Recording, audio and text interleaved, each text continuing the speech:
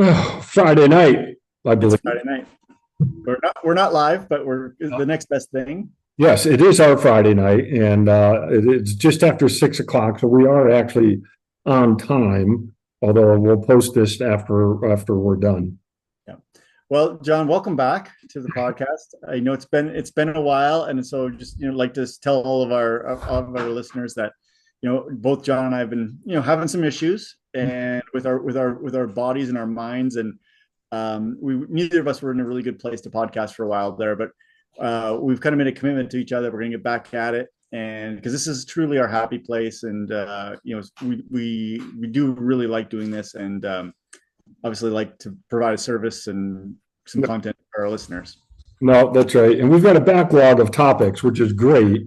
But yeah, as you said, this fall has not been an easy fall at all. But it is good to be back, and we'll get back on track with these. Yeah, the fall has been tough. It's really even going out to some races, and went out to the T100 Yeah. and went out to Pumpkin Man. It's hard when you're not able to compete. Mhm. It's hard to be out there sometimes, Mhm. even though like you're excited and it's a good environment. And I know you were around. I think you were at both races as well, at some Actually, I point or another. volunteered at some of the BBSC races, and then I was not able to go to T100. My son got married that same weekend, Oh, that's right. That's but I right. did a lot of the background work trying to help get volunteers and help connect USAT and T100 with different things here in town. So I was doing that type of work, but it's tough when you're on the sideline. You're like, put me in, coach. I want to play. So, Yeah, but it's interesting to be there too, right? And to see that, and then to have some of the anxiety that people are having, yeah, even though you're not racing, yeah, that's right. and just being around the anxiety and even going up for the T100 was the first time I was kind of outside, like watching a race, and Hmm. I was anxious watching the bike, and I Yeah. think because my crash happened on a bike, and I was at an area that I actually thought was kind of dangerous, where it was a turnaround, and it Mhm. was like a narrowing, and Mhm. a lot of people were hitting the brakes kind of hard, and I was like not comfortable. Yeah. Just watching. It was really an interesting phenomenon that obviously if I was racing it pre my crash, I would have like just been hammering it through there, but it is an interesting thing to be there watching. Well, every time I volunteer or every time I watch a race, I do pick up something. It's Yeah, a little bit different, maybe this or that, or I see people in a different light and understand in essence the sport a little better because when we're racing, all we see in a race is this little time slot that you're in, yeah. what's happening around your little bubble in the race. But when you're watching or volunteering, you see all the different athletes come through, and it is neat to watch for things that will help us each individually going forward. Yeah. So I do think it's kind of cool that the T100 when it was here, the amount of high level pros that were here. Yeah. It was pretty spectacular. I went to the swim the day before because my wife was swimming, and we're sitting at a table, and Flora Duffy is right next to us, like Olympic gold medalists, right there. Taylor Spivey was there. I mean, it was like super cool, especially the swim morning because it was just a bunch of swimmers who don't know the triathletes, but I did, Yeah. Yeah. and I'm like I'm geeking out over it, and to me like that was really cool, especially on the women's side. The men's field wasn't as strong because obviously Kona was the next weekend. Yeah. Yeah. Right. That's It was right. still it was still a pretty good field, obviously, but the women's side, man, it was the who's who of high level triathlon. Which pool were you at? Uh, no, we were at, there was a swim the day before swim race. Down at Lake Las Vegas. Okay. Yeah, the 2K and the 4K swim, and Hmm. they started just like after the pro women basically finished their swim leg, then the swim happened, Hmm. and man, that was really like super cool. And there was a lot of there was quite a few actually locals there watching the swim start and watching the pro women, but it was pretty cool. You don't always get that, especially when you're racing, right? If I was doing, like an Ironman or half Ironman, the pros are kind of like they're all over here, Yeah. and you don't necessarily see them because you're lined up to get into the water, and they're out swimming. And so Mhm. yeah, that was really cool. Yeah, I saw a lot of athletes actually commented that it was really neat to have that many pros here in town. And, we've had pros here in town before. We've got our local pro, Justin Reale, who Yep. we all love to follow and try and keep an eye on. But to have that many come in was actually pretty cool. Well, it's been a long time since 70.3 World Championships were here. That's kind of the last time we had that like high level. What was that? 2013. Yeah, that's about. That's 11 years. Mhm. So yeah, really cool. The other thing that I think was really fun in that race is it was a hard race. Yeah, right. And I, for one, I loved this. Mhm. When I was watching the age group race on Sunday, and it's just seeing the torment on people's faces. It Yeah. was hard, but the fun thing was those people that paced it properly did really well. Oh, good. Okay. And I think that's the thing about a hard course is you can't kind of fake it, right? You've Mhm. actually got to kind of know where you're at. And we've talked about this a lot, is like knowing where you're at. Yeah. And that 3-loop run course, John, it was brutal. I mean, some of the climbs were just brutal. Anytime I see a run on a golf course, I'm like, oh, that's going to be a punchy course because, golf courses are notorious for having, Yeah. paths that go up and down and sharp turns and so forth. And those are not easy courses to do. But I heard that this one, especially, I obviously wasn't there. I heard it especially was hard, especially the last part of each loop and the finish was all uphill. Yeah, honestly, it was I think it was an honest course. I think like, and I know people love fast, flat courses Mhm. and they gravitate towards those, but for one, like person for me, like especially when I'm fit, I love the hard course. Yeah, It yeah. just gives you that chance to like just show your fitness and to show where you're at. And let's say there's no hiding on a hard course. And the bike was not easy either for the age groupers. Hmm. That was a hilly bike course. Well, and I do wish there were more courses like that. St. George, the Yep. Oak River Man, courses that are hard because it does separate people out and it gets away from the tendency of people to group, especially on the bike. Yeah. And then that's just not a fair race when you start seeing packed form and it can get frustrating. So having a hard course does separate out, and like you said, it ends up being a more honest course. And I think, maybe we need to do, let's think about this. Maybe we need to kind of grade courses, right? Say like, this is like, it's kind of like ski runs. This is a Mhm. green, Yeah, this is a blue, and this is a black diamond. right, right. And because what we don't want, in my opinion, is people new to the sport doing a black diamond Yeah. and being just like, oh my gosh, like I want nothing to do with this. Hmm. Hmm. And then it's kind of like a badge of honor, like, oh yeah, I'm a black diamond triathlete, Yeah. right? I can take the hilly hot courses and No. yeah. It's always funny when I talk with someone and Pumpkin Man is their first triathlon sprint, Oh, I know. and I'm sure everyone listening to this knows our local Pumpkin Man race is notorious for a very hard bike, and that on a sprint course, 9 of the 12 miles are all uphill. But the good thing is, you do a hard course as your first one, all your other races are going to be PRs. Exactly. So at Pumpkin Man, we had two athletes from the UNLV Triathlon Club. That was their first triathlon. Oh, nice. Yeah. And to me, like that's awesome, right? Like you said, like you could do that. You could do any other sprint race. You've done it. You mentioned the UNLV Tri Club team. It's great to see them going strong right now and Yeah. getting some more press. They were in the UNLV Today picture. I don't know if you saw that picture or Yeah. not. Yep. They look fantastic in their kits, and so neat to see this taking off. Yeah. The kits look great. And then we haven't had a talk since that happened, but and then people might not know this, but there's different levels. My dog's going crazy in the background. There's different levels of club sports at UNLV or in college. So they moved kind of the next level up this year. So they're like an official sanctioned sport, but not NCAA, but just the level below. And that's really cool. Yeah. Considering this is only the second year of the club. And, once again, I'd like to thank everyone from the community, the Las Vegas community, for supporting them, either like financially or with gear or stuff like that. It's been really, really helpful.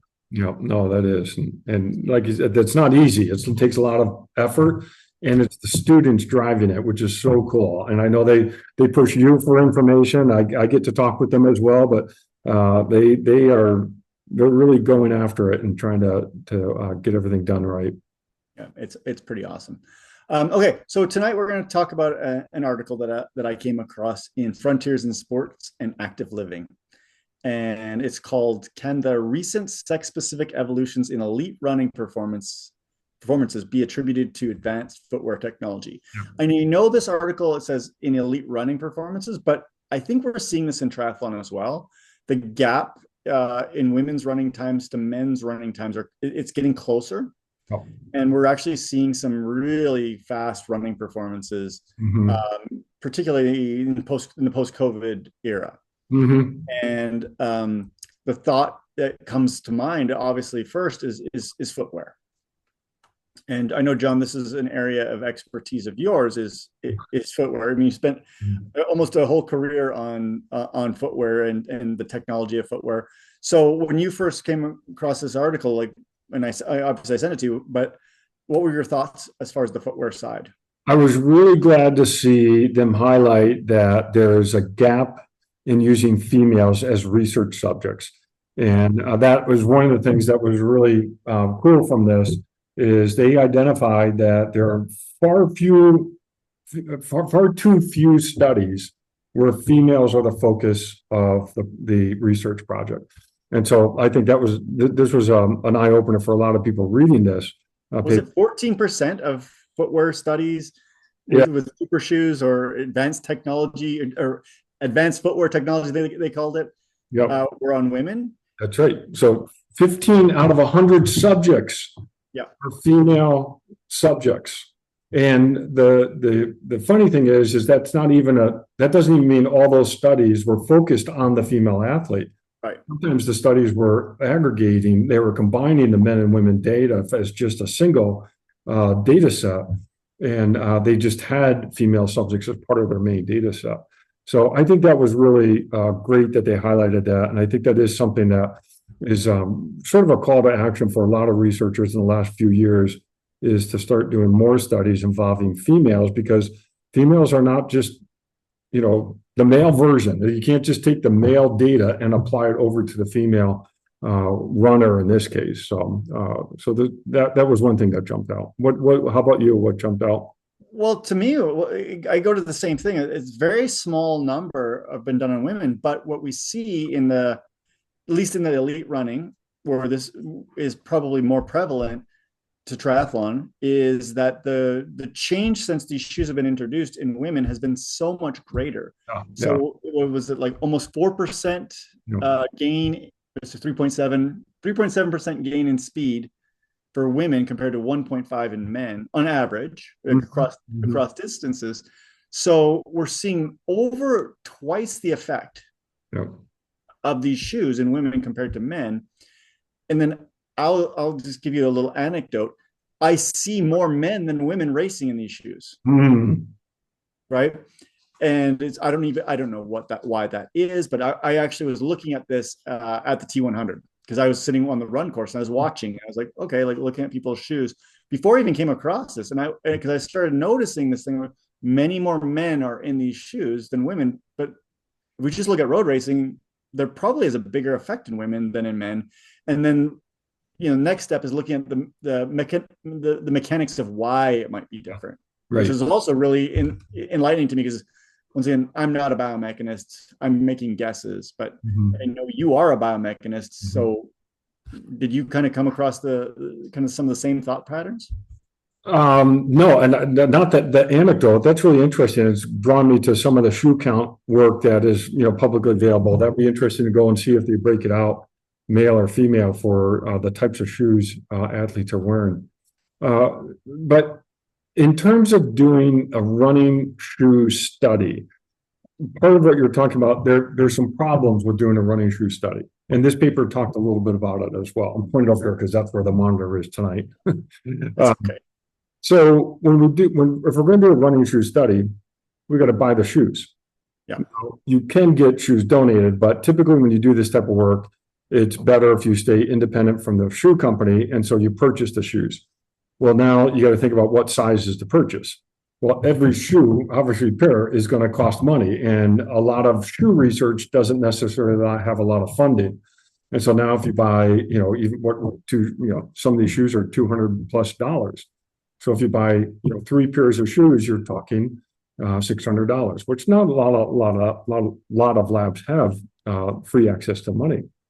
Well, if you're going to do what sizes, if you do 3 sizes, well, 10, 10 and a half, 11, 9, 10, 11. Now you've got to find people that fit the shoes that you just purchased. So then you say, well, let's buy more shoes. Okay, great. Well, now you buy maybe 6 different sizes. Well, now you've got the female shoes as well. And this is, again, why a lot of this research will focus on either males or females, and because it restricts how many pairs of shoes you need to get. And so it's a funny thing with testing shoes out. But even when we do impact testing of shoes, typically the standard is to test one size of shoe, men's size 9. And that's the shoe that you'd get a men's size 9, and you would do some very standard tests that are mechanical tests to figure out how much energy the shoe absorbs and impact energy the shoe absorbs, things like that. But you're doing one size, and you're by that size for all the different models of shoes or all different brands of shoes that you're going to test. And so now you've got a size 9 men's. Well, how does that compare to a size 12 men or a size 6 women's? Yeah. And this becomes an issue with even the structure of a shoe. And I know I'm jumping around a little bit, but the structure of the shoe isn't necessarily the same for a size 6 women's as a size 12 men if you've got the same heel height and the same toe width as well, because the length of the shoe is going to be different. So anyways, there's a lot that goes into trying to test a shoe out. And frankly, all the tests that are done do not cover the span of all sizes of shoes. I'm so glad you said this. Can you go a little bit deeper into that, John? Because I think it's a really important thing. Comparing, for example, a size 6, or let's say even a size 5.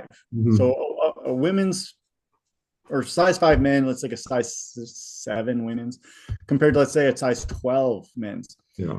And I want you to do is kind of talk through the context of when we're looking at even like a super shoe where we have the carbon plate and we have the special midsole with the extra bounce, mm-hmm. how these things might be completely different as far as their biomechanical properties. Yeah, an easy way to think about it is, let's take what's the max height for shoes now? 50 millimeters? 39 millimeters. 39, oh yeah, from 50, I don't know. 39 millimeters, okay? We take that 39 millimeters and then you go for your 4-foot thickness. And let's say, what do you want to? 25. Okay, so you got 25 in the front, 30 in the back. And now if you put that on a size 6 shoe, those two are there and you connect my 2 fingers. That's and for people that are watching, he's got about, like 7-8 inches across. Yeah. So now let's put it in those 2 same heights in a bigger shoe, a size 12. Now I draw it all the way out here. That angle between my fingers is different. And so the structure of the shoe still fits within the same conform. It's still got the same heel height. It's got the same 4-foot height, but the geometry of the shoe is entirely different. Yeah, and I'll add a piece to this, right? So when you start thinking about that, if you got the 39 millimeters, which is uniform across all because that's the maximum stack height, the person that's wearing the size 6 probably only weighs 110 pounds. That's a whole nother, now you've right? got issue. Yes, that's right. The person that's wearing the size 12 might weigh 220 pounds, but they're getting the same foam basically. That's right. And so if the part of the idea of these super shoes, you're getting some spring back, mm-hmm. the very heavy person is getting probably less spring back. That's right. Yeah, because the shoe is going to be limited in terms of how much spring bracket it can give. The heavier the athlete is, the less impact that springiness of the shoe or the midsole, whichever way you look at it, it's going to have less of an effect on a heavier athlete. It's going to have more of an effect on the lighter athlete. Think of a ping pong ball. You bounce a ping pong ball, it takes very little force to change the direction of that ping pong ball because it has so little mass. Take a bowling ball, boom, hits the ground, lots of force to change the direction of a bowling ball because it has a lot more mass. So yeah, if you've got a lighter person, that same thickness of sole will behave differently than a heavier person. And then I know we're kind of going around in circles, but then if we think about the carbon plate, the thought process, that is a different kind of spring. Once again, you're taking, let's say, a size 12 length compared to a size 6 length. No. The lever arm of that is completely different. Yep. And the thought might be, oh, the longer one gives you a more spring, but actually maybe the shorter one does. Yeah. Right. Because once again, within the confines of this, like I'm thinking like I don't know, if I take a short stick and I bend it back compared to a long stick, the short stick might have more kinetic energy. Yeah. Right. Well, it's a thought process. I don't know if it's right or wrong. I actually think you're onto something there because interesting. And this paper talks a little bit about it. The metatarsal phalangeal joint, which is your toe joint in essence. Your knuckles, your toe knuckles. That's right. So if you just look at running and you look at joints that generate power to move you forward and joints that absorb power, like at impact, like your knee absorbs the impact. Well, what's interesting is near toe off, the metatarsal phalangeal joint absorbs power. Yep. It actually works against you. And it's partly because the muscles just aren't strong enough to actually generate any propulsion because your toes are about to leave the ground. You can't really, if you're just standing on your tippy toes, you can't really jump upwards from your just, pushing down with your toes on the ground. And so it ends up being a joint that absorbs energy. And so part of what the carbon fiber implant does is it basically says it takes away that absorption energy at that joint. And it's funny because I remember sitting in class, what was it, 20, 30 years ago, whatever it was, and they presented this. I said, wait a second, that means if I cut off my toes, I should be able to run faster. And in essence, that's what the carbon plate does, is it says that joint, we're going to take out that absorption of energy, in essence. I mean, that's the idea. And so I think you're right that the lever, not only of the length of the entire carbon fiber plate, but that lever of your metatarsal phalangeal joint is going to be easier to not absorb that energy. And therefore, you're going to end up having more propulsion. Yeah. It's super interesting to me, all of this stuff, right? Like, as somebody with relatively small feet. Yeah. Like, that might be why I feel like I get a little bit more return than others. And if I got an athlete that I'm working with that they're a size 13, they might not be getting as much out of this. That's right. Yeah. So there was a few other things that this brought up, and that was looking at sorry, I lost my train of thought. Looking at the stack height, then the math of the stack height versus the length, and then thinking about that in context to cadence. In that, by having that stack height versus stack length, and then looking at cadence, and theoretically shorter people usually have higher cadences. Yeah. So now they're getting more bounce, basically, more often. Does that make sense to you? Oh, it totally does. And, in some of our earlier episodes, we talked about the challenging aspect of engineering the shoe and engineering this energy return. Now, the idea is that your foot hits the ground, the shoe absorbs that energy, and then releases that energy at toe off. That's a really complex engineering thing that's going to happen because you're hitting the ground at one angle, and now you're asking that force to be absorbed in one direction or reduced in one direction, and then you're is moving to a different position at toe off, and so you're redirecting that force in a totally different direction. and I think this is why this makes sense, is because the shorter that time is happening, the more success that actually is happening in terms of redirecting which way the force is at, or being returned, and therefore helping with propulsion. Yeah, and this is something that when I've been doing like some gait analysis and reading on gait analysis, there's some formulas out there for like height versus optimal cadence and shank length or optimal cadence. And in general, once again, the shorter the person, the shorter their legs, in general, they should have a higher cadence. And so once again, this could be another reason that these shoes are maybe more effective in women than in men. Okay, so that's the shoe side. Now, this article goes a lot deeper and starts talking about maybe other reasons why women's times or running times are getting faster. So did you kind of take any notes on that or have any thoughts on that? I didn't focus on that, but one of the issues is doping and illegal use of pharmaceuticals to aid in performance. Okay, so that's the bad side. Yeah. So the thing that I thought was really interesting as far as the good side, because doping is, I think we both agree, is a problem, and it's definitely a problem in elite running. I mean, just so people know, like, the number of elite distance runners in the world that are currently serving bans for doping, it's over 100. Yeah. Right now. So this is a problem. But the thing that I thought was interesting is looking at maybe some changes in training that are becoming more women specific. We were very fortunate. We had Stacey Sims on our podcast last year, and she's one of the leaders in the world in like female physiology and female training. And I think that there's more and more science, even though there's only 14% of studies, but more and more science is now being devoted to specifically training the female physiology and the differences between being a male and a female. So I do think that is starting to open up more and more. And I think that maybe there's just some low-hanging fruit there that some elite coaches are finding with their female athletes that they weren't necessarily thinking of a decade ago. Oh, I think you're spot on. In fact, we had a guest on our podcast, Dr. Stacey Sims, who is very much an advocate for doing more research with females as subjects, because the data applied from men's study in terms of nutrition, in this case, they did not necessarily apply to the female athlete. And so, no, I think you're right. I think you're right.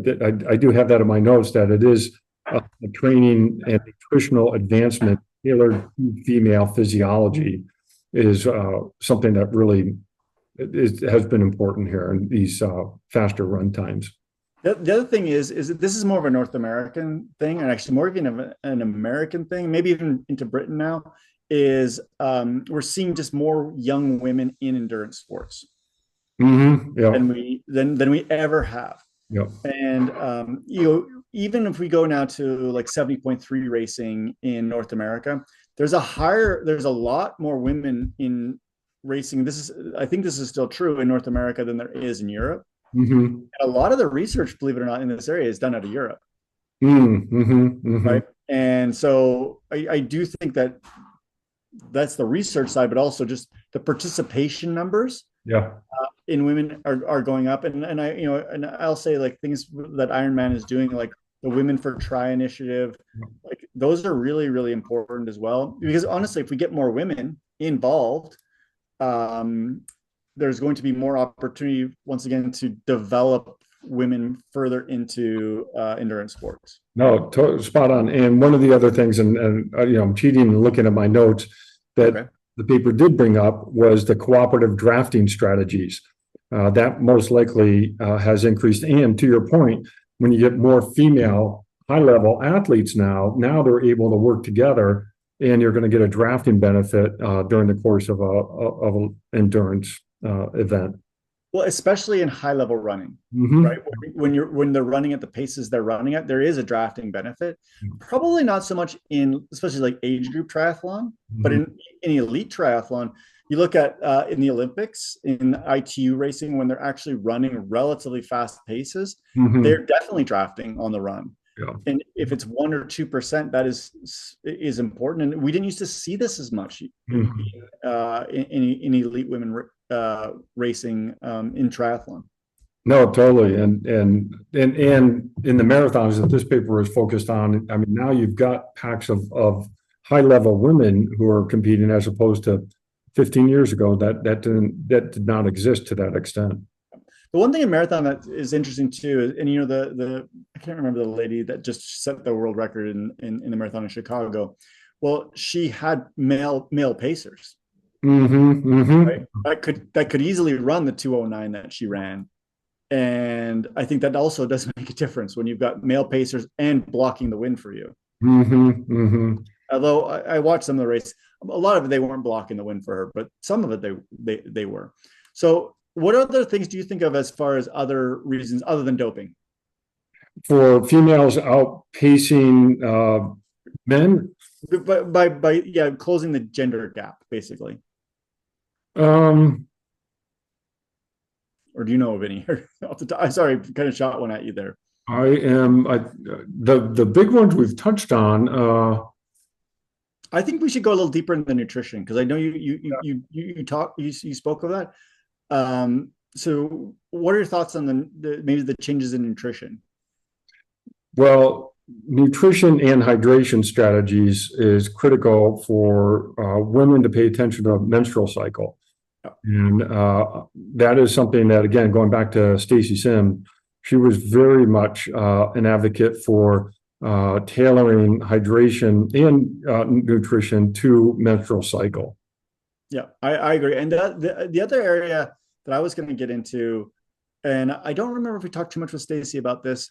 I think that there is a better understanding of premenopause and menopause Mm-hmm. in endurance training and understanding the changes that do occur and that should occur during training in that time in a woman's life, which I think was something that we didn't openly talk about maybe as much maybe 15, 20 years ago. Mm-hmm. I know, like, for example, like the most of the women that I coach that are perimenopause or menopause, we talk about it as part of the coaching and part of the philosophy of what we're doing, and addressing those things. And maybe I don't know, but I don't think this is as open of a topic, or even there was a lot of research on those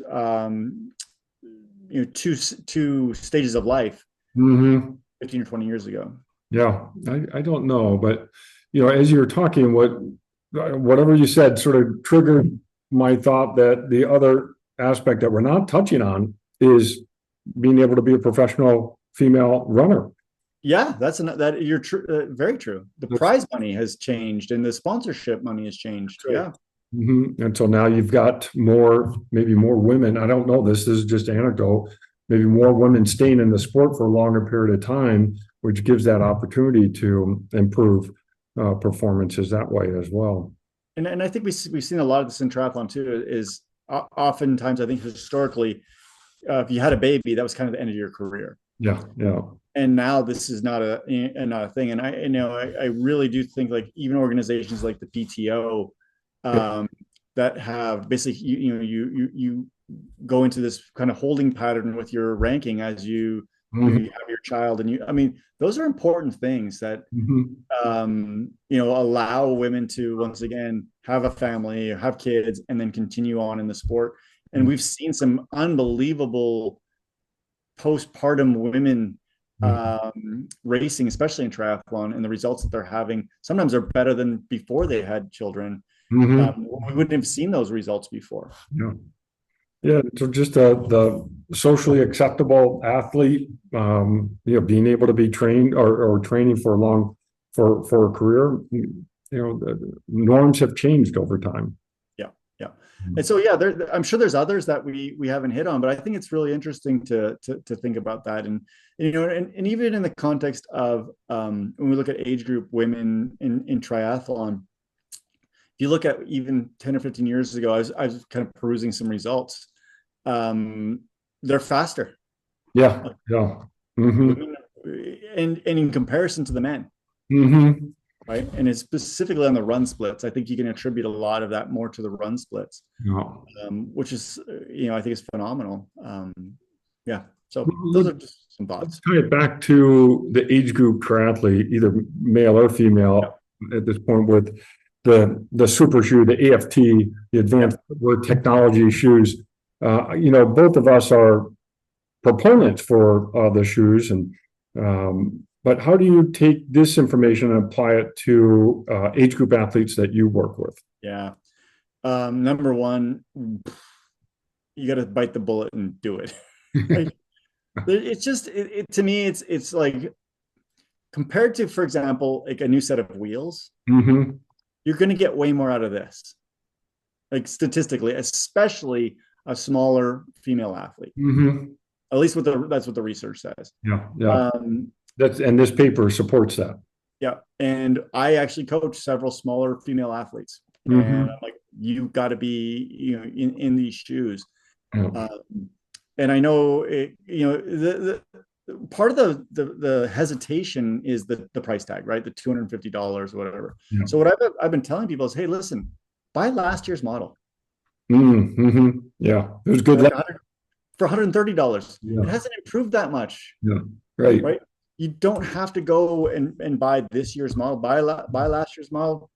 You're going to be just as happy with them. Mm-hmm. The other hesitation was, and this is more of a historical thing, was when these shoes first started coming out, the foam wasn't what it is now. Yeah, right. It broke down. And their thought process was, you might get 2 races out of these shoes, and you have to be really careful with them. Now what we're seeing, and I don't know how much you've done work on this, but we're seeing 500-600 miles out of these shoes. Okay. Yeah. We're seeing longer levels than the non-super shoe. And so maybe it's actually an investment in saying, hey, this shoe is actually going to last longer. No, that's a great point. In fact, I was at a conference last month, and I was talking with another colleague that does a lot of shoe research, and we were talking about that exactly. Is that initially the shoes came out, and 50 miles on it, and you're like, oh, I got to change it out. But he was even saying some of the work that he's done, he has seen those types of mileage put on the AFT, the super shoes, 300 miles, 500 miles, and they're still performing adequately. So that's the other thing when I advise people, I'm saying, hey, listen, like now you're going to get longer shoe life. Yeah. And then the other thing is, and I think this is not been, I don't know, the research isn't great on it. And, like when this first started coming out, like people are going to get injured in these shoes. Mm-hmm. And yes, there was some anecdotal evidence that people were going to have, maybe like I think it was talus stress fractures or navicular stress fractures. Mm-hmm. But I think that was blown out of proportion, and people were looking for something. Because what I'm seeing is less injuries. Mm-hmm. Now, are you being able to athletes run? They're training in them. Mm-hmm. Yeah, I've got some athletes, they only run in them. Okay. And once again, this is more anecdotal, but athletes are able to do more mileage because their body is basically not getting beat up as much. Yeah. So you're getting more mileage, or if you're not getting more mileage, you're getting the same mileage, less risk of injury. Mm-hmm. Mm-hmm. And I would assume now having read this paper, the smaller athlete would probably even get a bigger benefit from that. Mm-hmm. Yeah. So once again, if somebody asks me, I'm not telling them what brand. Mm-hmm. Like, I'm not brand loyal. Like, I know what works for me and what I use, but like we've talked about before, maybe it's a couple of different ones you try on and find the one that fits best for you and that works best for you. Mm-hmm. So that's where I'm at right now. No, that's neat. Yeah. And the technology keeps changing, but I think that we've had that big inflection point, and now it's going to settle down a bit. Yep. More brands, different models. Yep. Going to your point is trying to find that shoe that feels good for the person and works for the person is may take a little bit of work. Yeah, and we've talked about this before. Some people are going to respond better to certain brands, and even within brands. Like, we've talked a lot about the Nike shoe because that was the first one, mm-hmm. and Nike's got two shoes that are basically, super shoes, and Asus has got two different ones, Hmm. right? I think does Hoka have two different ones with carbon plates now as well? I haven't kept up with Hoka, actually. So, but anyways, it might not even be the brand. It might be the actual model within the brand. Right. One might be better than the other for you. Hmm. And unfortunately, it's an expensive thing to try out. But Hmm. once again, if you can go to a running store that has them and let you run on a treadmill, and just if it, and we've talked about this before, number one most important thing is it feels good. Yeah, yeah, totally.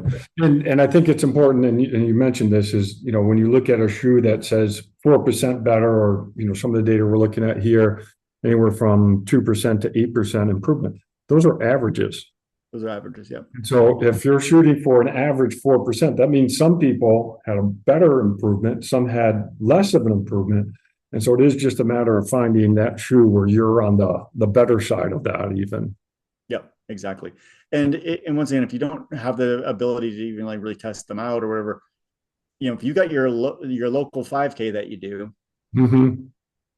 just run it once in these shoes, run it once in the other shoe, and look at your time. Hmm. Like if it's 4%, you're going to see it in the time. Hmm. I mean, 4% is a big deal as far as and over, let's say you're running your 5K in 25 minutes. Yeah, yeah. 4% is what, it's over a minute, right? Hmm. Hmm. So you'll see it. Hmm. Yeah, but you might not see the difference between 3 and 4%. Hmm. Well, I'm glad you found this paper. This was Yep. a really good one to go through. Awesome.